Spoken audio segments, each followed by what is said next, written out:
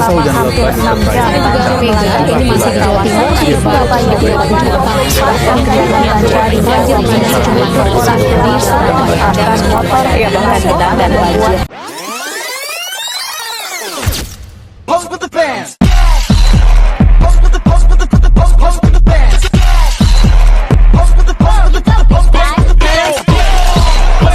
Pemirsa, hujan lebat disertai angin kencang, sejumlah wilayah di Jawa Timur terendam banjir. Sejumlah warga terpaksa menjalankan aktivitas sehari-hari hingga melaksanakan pengajian di tengah banjir.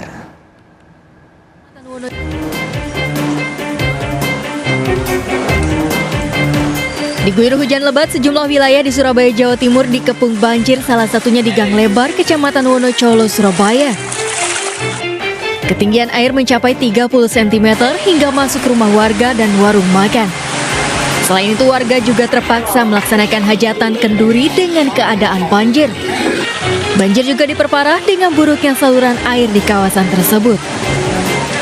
Di gang sini sih sekitar 30 cm. 30 cm ya? Iya. Selutut orang dewasa? Iya. Ini tadi banyak enggak rumah warga yang terendam banjir? Oh, banyak. Kalau banjir ini sih emang tahunan, Mas. Setiap setahun itu pasti banjir. Dan rumah-rumah warga ini banyak yang masuk.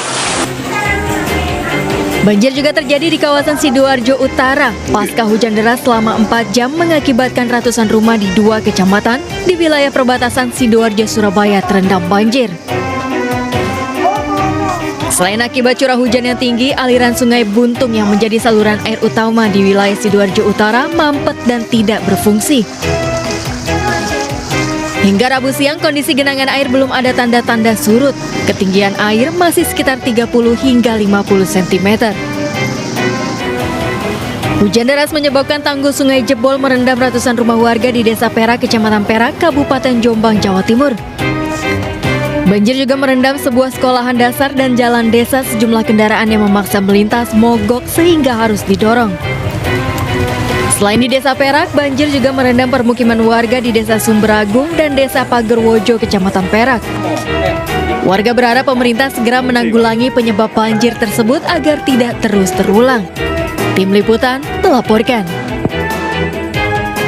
Pemirsa, hujan lebat dan banjir melanda sejumlah wilayah di Pringapus, Kabupaten Semarang, Jawa Tengah. Air banjir diduga dari luapan saluran air di permukiman saat hujan deras yang terjadi selama 3 jam.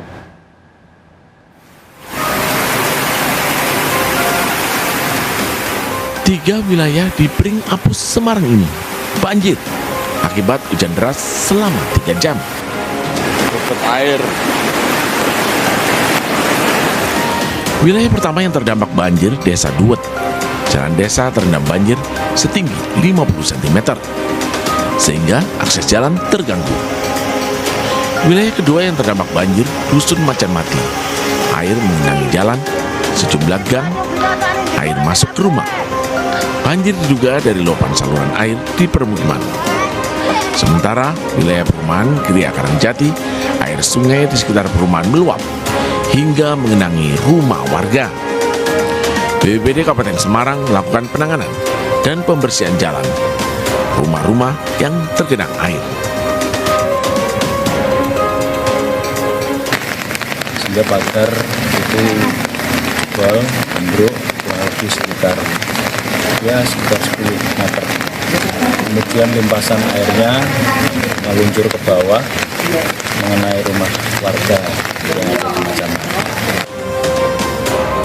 Para petugas fokus pada pembersihan lumpur dan membantu warga. Dari Kabupaten Semarang, Jawa Tengah, Nurisa Lulu melaporkan. Seorang ibu dan anak di Tarakan, Kalimantan Utara tewas tertimpa longsor. Longsor terjadi saat kedua korban terlelap tidur. Proses evakuasi berlangsung dramatis.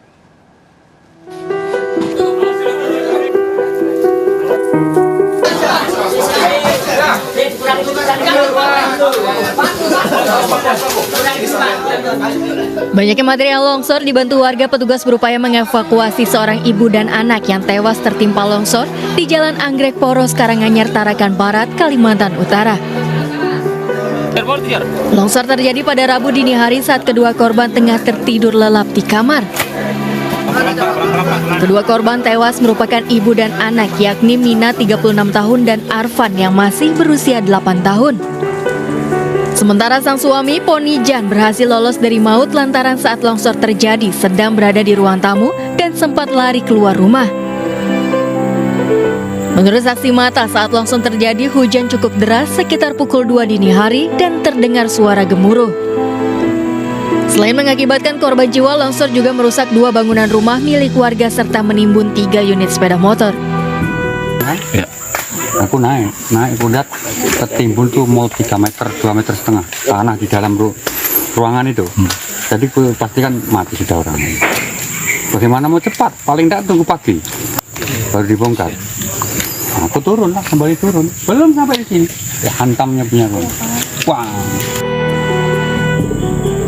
Kedua korban telah dimakamkan oleh pihak keluarga di tempat pemakaman setempat. Dari Tarakan, Kalimantan Utara, Usman Codang melaporkan. Halo teman-teman, salam, Om Swastiastu, Namo Buddhaya, salam kebajikan. Perkenalkan, nama saya Nasyal Shanatasha dengan 3 digit NIM terakhir 034. Saya Sabrina Rama Octavia dengan NIM 3 digit terakhir 118. Kayaknya ada yang ketinggalan nggak sih? Halo teman-teman semua, di sini saya Emir Diramisa Hajar, NIM 3 digit terakhir 008. Nah, di sini kami mau menjelaskan tentang materi menyimak berita dan berita terhits pada akhir-akhir ini. Apa itu? Mari kita simak video berikutnya. Pengertian menyimak berita adalah kegiatan mendengarkan secara aktif untuk memahami informasi atau pesan yang disampaikan melalui media lisan seperti radio, televisi, ataupun ceramah. Kegiatan ini menuntut perhatian penuh agar penyimak dapat menangkap isi berita secara menyeluruh. Tujuan menyimak berita: yang pertama, untuk memperoleh informasi, mendapatkan fakta atau data penting. Yang kedua, mengembangkan pemahaman, menambah wawasan atau pengetahuan. Yang ketiga, menganalisis pesan, menilai kebenaran, relevansi, dan objektivitas berita. Keempat, meningkatkan daya kritis, melatih kemampuan berpikir kritis terhadap informasi yang disampaikan. Proses menyimak berita. Proses menyimak berita menurut buku Henry Guntur Tanigan menyebutkan 5 tahap utama. Yang pertama, ada mendengar. Langkah pertama adalah menangkap bunyi atau suara dari berita yang disampaikan. Pendengar harus berada di lingkungan yang memungkinkan suara begitu terdengar dengan jelas, bebas dari gangguan seperti bising. Yang kedua, ada memahami. Setelah mendengar, penyimak harus mencoba menginterpretasikan pesan yang disampaikan. Ini melibatkan kemampuan mengenali arti kata-kata atau istilah atau konsep yang digunakan dalam berita. Yang ketiga, ada mengingat. Informasi penting dari berita harus diingat dan diolah lebih lanjut. Biasanya penyimak menyimpan detail seperti fakta atau kronologi peristiwa. Yang keempat, menilai. Tahap ini melibatkan analisis kritis terhadap berita yang didengar. Penyimak menilai apakah berita tersebut akurat, logis, dan bebas dari bias. Misalnya, apakah fakta yang disampaikan didukung oleh sumber yang kredibel. Yang kelima, ada menanggapi. Setelah semua tahap selesai, penyimak dapat memberikan respon baik secara lisan maupun tertulis atau menggunakan informasi tersebut untuk mengambil keputusan.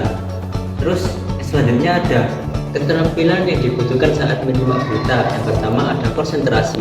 Menyimak berita membutuhkan perhatian penuh agar penyimak tidak melewatkan informasi penting untuk menghindari gangguan eksternal dan menjaga fokus pada pesan yang disampaikan. Yang kedua, ada pemahaman kosakata. Untuk memahami isi berita, penyimak perlu mengenal istilah-istilah yang sering digunakan, terutama istilah khusus atau teknis yang terkait dengan topik berita. Jika berkosakata terbatas, penyimak mungkin kesulitan memahami konteks atau pesan berita. Yang ketiga, ada daya ingat. Penyimak yang baik harus dapat menyimak informasi penting dalam ingatannya, setidaknya dalam jangka pendek, untuk menganalisis atau membaginya kembali. Mengingat detail seperti angka, nama, atau tempat sangat penting dalam menyimak berita. Yang keempat, ada analisis kritis. Penyimak harus mampu menganalisis berita dengan pikiran kritis. Misalnya, apakah berita itu fakta atau opini, apakah ada bias, atau apakah berita itu relevan dan dapat dipercaya. Strategi menyimak berita oleh buku yang dikunjung tarikan, di sana dijelaskan yang pertama yaitu persiapan mental, bersikap terbuka dan siap untuk mendengar informasi. Lalu yang kedua adalah mencatat poin penting, yaitu menulis fakta atau data utama yang disampaikan. Lalu yang ketiga menerapkan konsep 5W1H, yaitu fokus pada pokok berita, seperti menulis pada siapa, apa, di mana, mengapa, dan bagaimana. Lalu yang terakhir menghindari gangguan-gangguan atau distraksi seperti suara bising atau keramaian. Lalu ada faktor yang mempengaruhi menyimak berita. Yang pertama faktor internal, yaitu minat, motivasi, dan latar belakang pengetahuan. Lalu yang kedua ada faktor eksternal seperti kejelasan suara, bahasa yang digunakan, dan cara kualitas penyampaian berita tersebut. Dengan memahami konsep dari buku Henry Guntur Tarigan ini, diharapkan seseorang dapat mampu menyimak berita dengan efektif, baik, dan selektif. Menurut buku Henry Guntur Tarigan, dalam bukunya yang berjudul Menyimak, terdapat langkah-langkah menyimak berita yang melibatkan proses yang sistematis untuk menangkap, memahami, dan menilai informasi secara efektif. Berikut adalah langkah-langkah menyimak berita yang dijelaskan dalam buku Menyimak. Yang pertama, persiapan sebelum menyimak, menciptakan kondisi yang kondusif, memastikan lingkungan yang bebas dari gangguan seperti suara bising atau distraksi lainnya agar konsentrasi penuh bisa terjaga. Lalu memusatkan perhatian, fokus pada berita yang akan disimak dengan sikap mental yang siap menerima informasi, mengetahui latar belakang berita. Jika memungkinkan, cari informasi awal tentang topik yang akan dibahas dalam berita untuk membantu memahami konteksnya. Lalu yang kelima atau yang terakhir yaitu memberikan tanggapan, mengungkapkan pendapat berdasarkan hasil menyimak dan analisis. Anda dapat memberikan tanggapan berupa komentar, kritik, atau pendapat terkait isi berita. Lalu menggunakan informasi. Informasi yang diperoleh dapat digunakan untuk kebutuhan tertentu seperti diskusi, presentasi, atau pengambilan keputusan. Nah, dengan mengikuti langkah-langkah ini, proses menyimak berita dapat dilakukan secara efektif, membantu memahami isi berita secara mendalam, sekaligus melatih daya kritis dan analisis.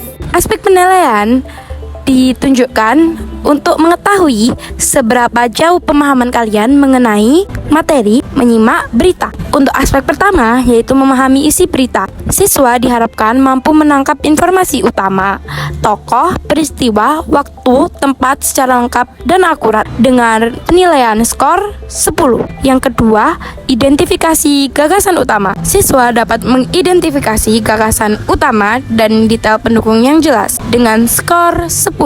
Yang ketiga, analisis konteks berita. Diharapkan siswa mampu menjelaskan hubungan berita dengan isu atau situasi yang lebih luas dengan poin 10. Yang keempat, ada evaluasi kredibilitas. Siswa dapat menilai kredibilitas sumber berita dan informasi yang disampaikan dengan poin 10.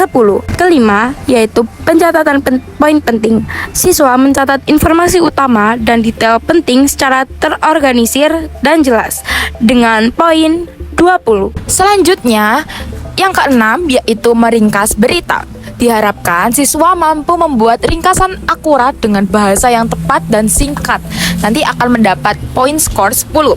Lalu yang ketujuh ada memberikan opini atau tanggapan. Diharapkan siswa mampu memberikan opini yang logis dan relevan terhadap isi berita dengan poin 10.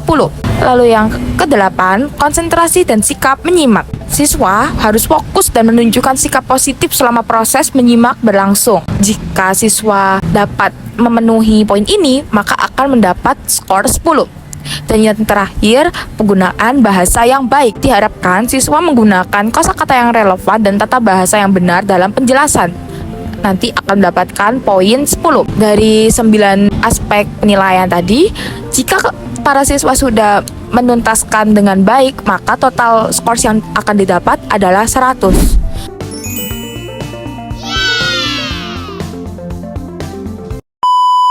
Nah, jadi itu tadi materi menyimak berita yang dapat kami sampaikan. Dan materi tadi dapat bermanfaat bagi kalian semua ya. Nah, bagaimana? Udah paham belum tentang materi tadi? Terima kasih ya sudah menonton. Assalamualaikum warahmatullahi wabarakatuh.